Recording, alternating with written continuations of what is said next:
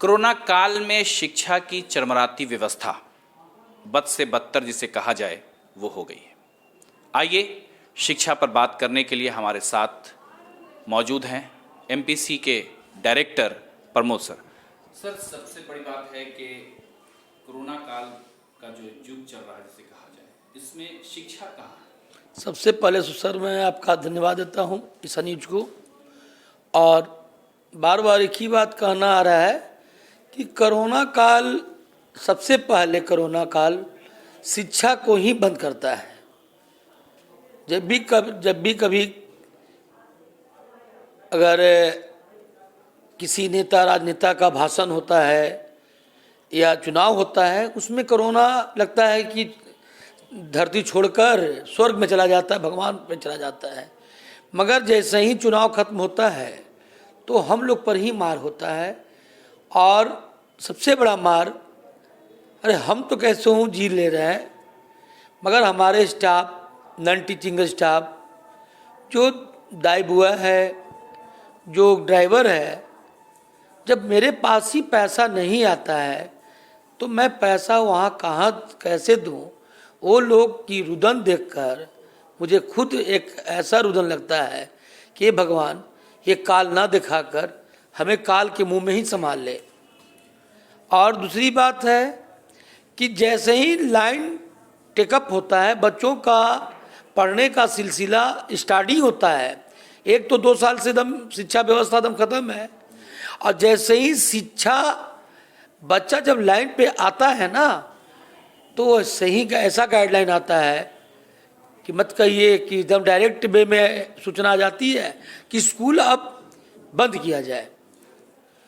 पहला लहर कोरोना काल, दूसरा लहर, ये तीसरी लहर है। क्या लगता है कि इस तीनों लहर में शिक्षा किस पोजीशन पे पहुंच गई होगी? शिक्षा बहुत ही बद से बदतर हो गया है सर, क्योंकि हमारा स्कूल नर्सरी लेवल का स्कूल है और अपर लेवल का भी। मगर नर्सरी लेवल तो जानिए कि अगर एक दिन भी पढ़ाई छूटती है तो बच्चों का क्या हाल होता है। और दूसरी बात है कि कोरोना काल में जो ऑनलाइन जो गाइडलाइन मिला कि ऑनलाइन कीजिए, ऑनलाइन उन बच्चों के लिए कारगर है कि जो अपर डिवीज़न का बच्चा है, जैसे मेडिकल है, इंजीनियरिंग का बच्चा है ना, 10+2 का बच्चा है। मगर लोअर क्लास का बच्चा, 7, 8 का बच्चा, 6 का बच्चा उसका दुरुपयोग कर रहा है। वो झूठ आपका ऑनलाइन के नाम पर लेकर, वो ऑनलाइन नहीं होकर वो कहीं और होता है, और इसका समाज पर बहुत बुरा असर पड़ रहा है। अभी स्कूल खुली है, मैंने तो सारे गार्जियन से बोला कि सबसे पहले मोबाइल अपने बच्चों से छीने, उसके बाद मैं पढ़ाऊँगा। और अभी का स्थिति जो विगत 4 महीना था, इतना अच्छा व्यवस्था हुआ पढ़ने का। किसी को देखते हुए हमने खान बहादुर रोड में थानेश्वर बाबू के हाथा में हमने एक नया ब्रांच का ओपनिंग करने वाले 19 जनवरी को मैंने रखा था। मगर गाइडलाइन आने की वजह से अब केवल वहाँ पूजा कर सत्यनारायण भगवान का कथा कहकर नामांकन आरंभ कर दूंगा, गाइडलाइन का पालन करूंगा। हम सरकार से एक ही बात चाहते हैं कि जिस तरह से सारे चीज़ खुले हैं, बाज़ार खुला हुआ है, दुकान खुला हुआ है, स्कूल भी 10% ही बच्चा हो, 5% ही बच्चा हो, एक बेंच पर एक ही बच्चा हो, अल्टरनेटिव डे क्लास हो, इस तरह अगर क्लास होता है तो हम जैसे, अरे शिक्षक तो पापी पेट का सवाल है, खाएगा ही, साथ ही साथ जो नॉन टीचिंग स्टाफ है, हमारा स्टाफ है, वो भूखे ना मरे। क्या लगता है सर कि जो अल्फ़ाबेट सिस्टम कर दिया जाता बच्चों के स्कूल पहुंचने में, या कुछ इवन नंबर, ऑड नंबर, इस तरीके से करके स्कूल चलाया जा सकता था? दम बिल्कुल। अल्टरनेटिव डे अल्फ़ाबेट करने पर जो बच्चा जो अभी बंद हुआ, जो कुछ नहीं पढ़ रहा है, और अल्फ़ाबेट होता तो 1 ना 2 दिन पे उनका तो बारी आता, कुछ तो पढ़ते। अच्छा, अभी हम मोबाइल से क्या पढ़ाएंगे? मोबाइल से गार्जियन के पास जब बोलते हैं तो दूसरी बात है कि ऑनलाइन कराने के बावजूद भी फीस नहीं आता। और जैसे ही महीना लगने वाला ही होता है कि एक वैक स्कूल बंद हो जाती है, तो आप ही सोचिए बिना इकोनॉमी प्रॉब्लम का जो मार झेल रहा है स्कूल, ये कब तक झेले? ये सरकार कब तक ही झेलाएगा?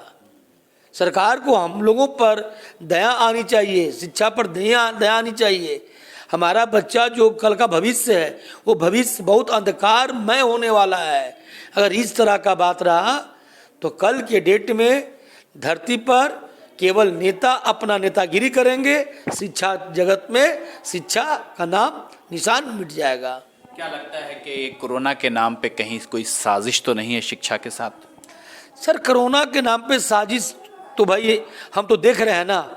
जैसे ही चुनाव आता है, बड़े बड़े नेता लोग का रैली होता है, तो करोड़ों करोड़ की संख्या में, लाखों लाखों की संख्या में भीड़ आती है। वहाँ कोरोना नहीं होता, वहाँ रिपोर्ट नहीं आता है कि आज 10,000 का निकला है, 20,000 का निकला है, 1 लाख का निकला है। और जब जैसे ही चुनाव खत्म हो जाती है, जैसे ही नेता लोग अपने पोस्ट धारण कर लेते हैं, तो कोरोना आ जाता है। अब आज हम कहते हैं कि जिस तरह से हम शिक्षक लोग रो रहे हैं, 1 महीना का वेतन केवल नेता लोग छोड़े ना, और उस वेतन से हम लोगों को घर में अगर सूखा रोटी भी अगर चला देना, तो नेता को हम सलाम करते हैं।